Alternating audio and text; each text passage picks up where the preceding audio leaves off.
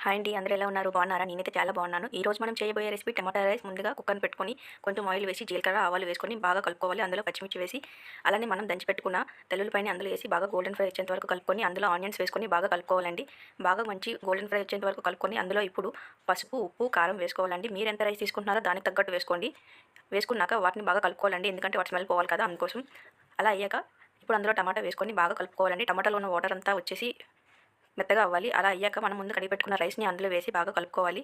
బాగా కలుపుకున్నాక దాన్ని ఒక 2 మినిట్స్ సిమ్‌లో పెట్టి ఉంచాలండి.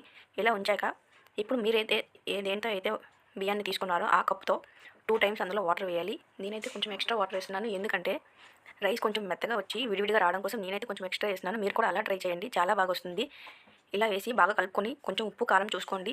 చాలకపోతే ఇప్పుడు కొంచెం దానిలో వేసుకొని మూత పెట్టి ఒక 3 విజిల్స్ వచ్చేంత వరకు ఉంచండి. తర్వాత విజిల్ వచ్చిన వెంటనే ఓపెన్ చేయకుండా ఒక 5 మినిట్స్ ఆగిన తర్వాత ఓపెన్ చేయండి. చాలా బాగా వస్తుంది. ఇలా ఒకసారి ట్రై చేసి చూడండి.